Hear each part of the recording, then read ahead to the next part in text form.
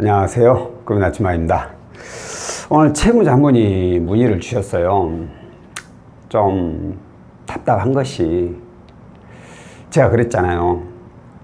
어떤 일이든 간에 벌리고 나서 알아보면 그때는 이미 늦은 거예요.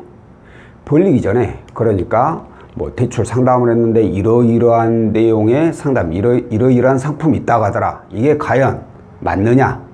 라고 진행을 하기 전에 먼저 여기저기 알아보고 나서 이상이 없으면 진행하는 거고, 이상이 있으면 멈춰야 될 거 아닙니까? 근데 이미 다 진행을 해버렸어. 그래가지고 대출도 다 받았어. 그리고 나서 이제 그때서야 여기저기 알아보는 거야. 내가 이런 상품이 딱 있어. 이렇게 대출 받았는데 이거 괜찮은 건가요? 이미 다 받아놓고 일을 다 저질러 놓고 이래서 어떡하자고. 오늘 이런 분이 한 분 있었어요.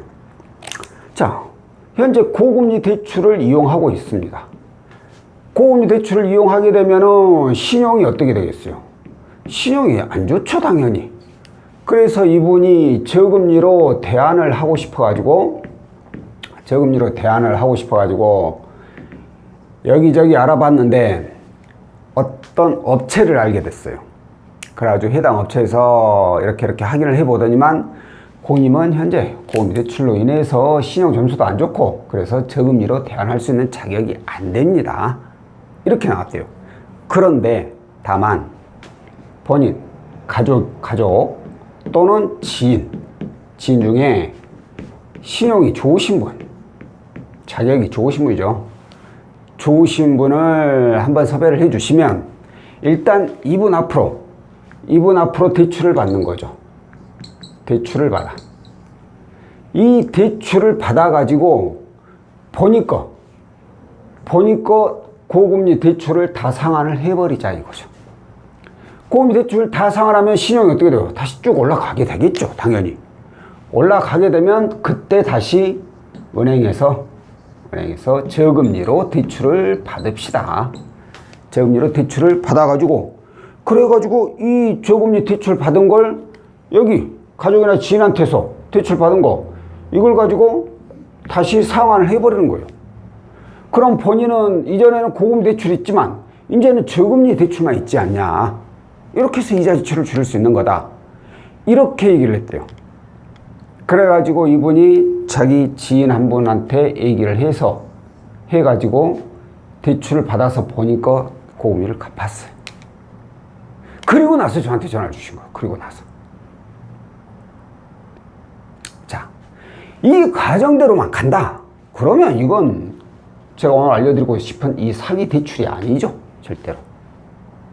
뭐 당장의 이 대출 자체가 이게 뭐 고금리로 받았다고 치더라도 이거야 뭐 짧으면 며칠 아니면 길면 몇 달만 쓰는 건데 까짓거 이거 뭐 이자 좀 더 주고 나서 나는 이제 저금리로 대출 받아가지고 이용하게 되면은 이자 지출 어마어마하게 줄이니까 이 가정대로 간다면 별 문제가 없다는 거예요. 그런데 문제가 이게 문제죠. 자, 해당 업체에서 이 지인 여기서 이금융권에서 대출을 받은 거예요. 이금융에서 7천만 원인가 받았대요. 그럼 이분이 은행에서 저금리로 대출이 나올 수 있는 자격이 되느냐 안 되느냐, 그리고 자격이 된다면 나중에 은행에서 대출 받을 수 있게끔까지 다 도와준다면 그러면 문제가 없는 거예요. 근데 이런 업체들은 이건 이제 끝이에요. 이제 이게 무슨 뜻이냐, 대출 받았어. 그러면 자기네들은 여기서 자기들 실적을 올려버린 거예요. 그냥 실적을 올린 거예요. 그리고 끝.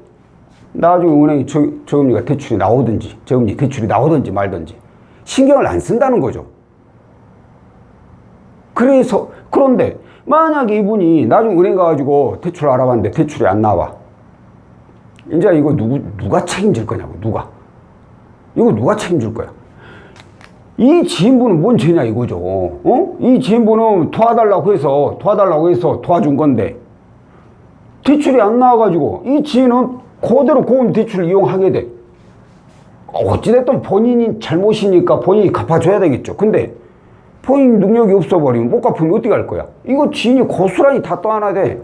어차피 대출은 이 사람 앞으로 받은 거예요. 못 갚으면 이 사람이 신용불량자가 되는 거고. 아이고. 예전에 이런 대출이 많이 있었어요. 예전에는 대부업 쪽으로 많이 돌렸어요.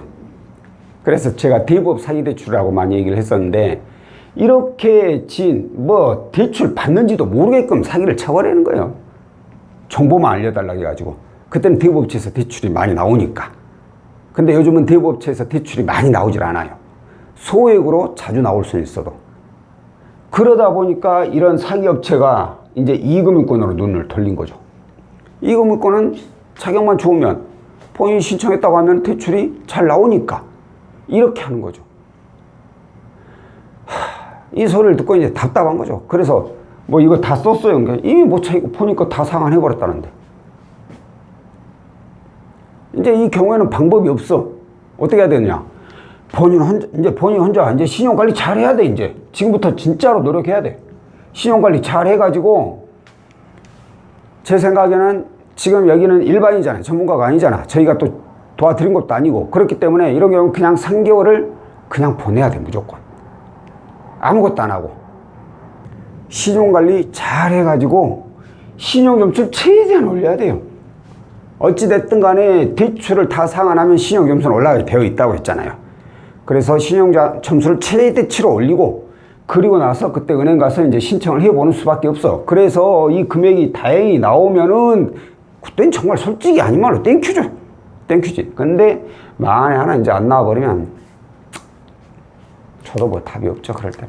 어찌됐든 간에 신용관리 잘 하시고 3개월 뒤에 연락을 달라고 했어요. 그럼 제가 최대한 제가 한번 알아봐 드리겠다고 이런 얘기를 했는데, 자, 여러분들 이거 진짜 잘 알으셔야 돼요.